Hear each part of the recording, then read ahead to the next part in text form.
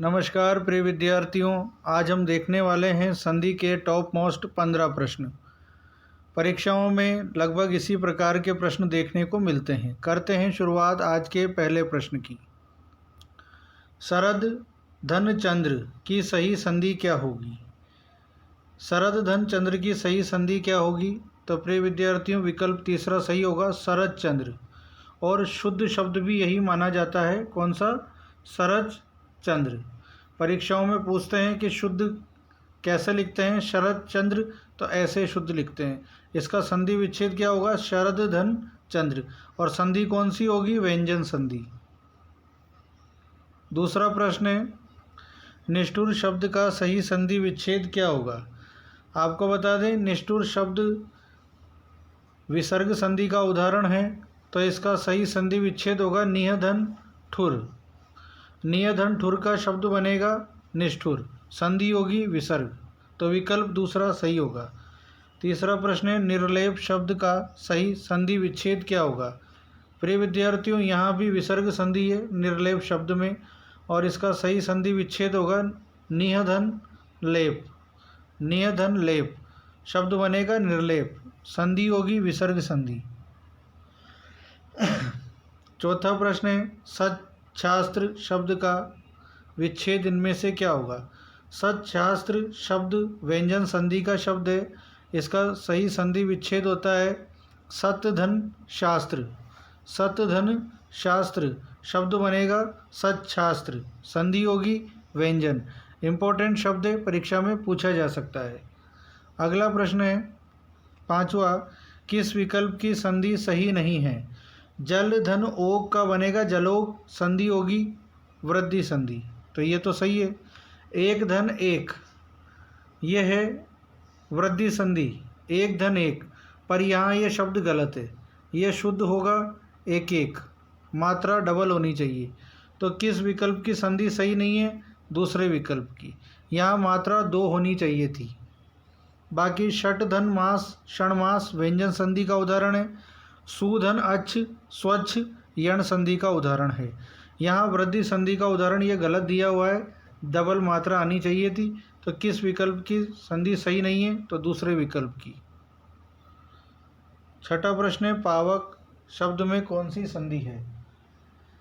आपको बता दें, पावक शब्द में अयादि संधि मानी जाती है। पावक शब्द में कौन सी संधि है? अयादि संधि। संधि विच्छेद होगा पोधन अक, पावक, संधि अयादि, और संधि विच्छेद पोधन अक, तो पावक शब्द में संधि है अयादि। गायक शब्द में, गायक शब्द का संधि विच्छेद क्या होगा? तो गायक शब्द का सही संधि विच्छेद होगा गेधन अक। गेधन अक, संधि होगी अयादि, और सही संधि विच्छेद होगा गेधन अक, और संधि कौन सी होगी? अयादि। अगला प्रश्न है, गिरीश शब्द में कौन सी संधि है? तो गिरीश शब्द में दीर्घ संधि होगी, संधि विच्छेद होगा गिरिधन ईश। संधि विच्छेद क्या होगा? गिरिधन ईश, शब्द बनेगा गिरीश, संधि होगी दीर्घ। नवा प्रश्न है, प्रत्युपकार में कौन सी संधि है? तो प्रत्युपकार शब्द में कौन सी संधि है? यण संधि। संधि विच्छेद क्या होगा? प्रतिधन उपकार। प्रतिधन उपकार, संधि कौन सी होगी? यण संधि। शब्द बनेगा प्रतिधन उपकार के जुड़ने से प्रत्युपकार, संधि होगी यण संधि। साधुवाचरण का संधि विच्छेद किस क्रम में है? आपको बता दें, साधुवाचरण का संधि विच्छेद होता है साधुधन आचरण, तो तीसरा विकल्प सही होगा, साधुधन आचरण, साधुवाचरण, और संधि होगी यण संधि। कौन सी संधि होगी शब्द में? यण संधि। 11वां प्रश्न है, मधु धन आचार्य की संधि है। प्रिय विद्यार्थियों, मधु धन आचार्य की संधि बनेगी मध्वाचार्य। मध्वाचार्य जो यण संधि का उदाहरण है। यह भी परीक्षा की दृष्टि से उपयोगी है, ऐसे उदाहरण परीक्षाओं में पूछे जा सकते हैं। 12वां प्रश्न है, किस क्रमांक में सही संधि का उदाहरण नहीं है? किस क्रमांक में सही संधि का उदाहरण नहीं है? तो मृद धनमय मृणमय, ये तो सही है, व्यंजन संधि का उदाहरण है। प्र धन ऊड प्रोड, ये है अपवाद, संधि का अपवाद है। अपजात का संधि विच्छेद होगा अपधन जात, ये व्यंजन संधि का उदाहरण है। मनः धन प्रसाद का होगा मनः प्रसाद, यहाँ दिया हुआ है मनोप्रसाद जो कि गलत है, तो सही संधि का उदाहरण नहीं है मनः धन प्रसाद, क्योंकि ये मनोप्रसाद नहीं बनेगा, ये शब्द बनेगा मनः धन प्रसाद, मनः धन प्रसाद, न कि मनोप्रसाद।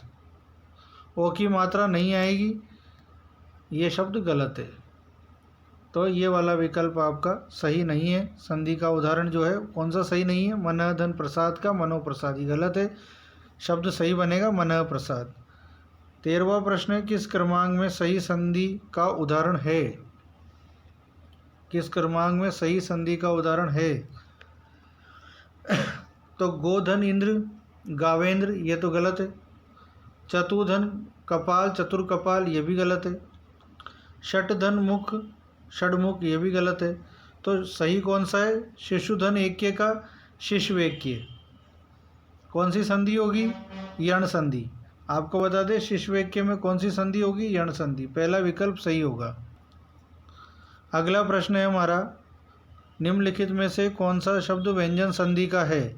आपको बता दें सदैव शब्द में वृद्धि संधि है, परोपकार में गुण संधि है, नाविक में अयादि संधि है। तो व्यंजन संधि का उदाहरण कौन सा है? जगन्नाथ, तीसरा विकल्प आपका सही होगा। 15वां प्रश्न है, वृद्धि संधि का उदाहरण नहीं है। आपको बता दें कि महोषध में वृद्धि संधि है, जलोग में वृद्धि संधि है, एक एक में वृद्धि संधि है। अभ्यागत में वृद्धि संधि नहीं है, यण संधि है, बाकी तीनों में वृद्धि संधि है। तो अभ्यागत में वृद्धि संधि नहीं है, यण संधि है। ये थे टॉप मोस्ट 15 प्रश्न। परीक्षाओं में ऐसे ही प्रश्न आते हैं और इनमें से कई उदाहरण परीक्षाओं में पूछे जा चुके हैं। और संधि परीक्षा की दृष्टि से बेहद महत्वपूर्ण टॉपिक है जो लगभग सभी परीक्षाओं में पूछा जाता है। मिलते हैं अगले वीडियो में, धन्यवाद।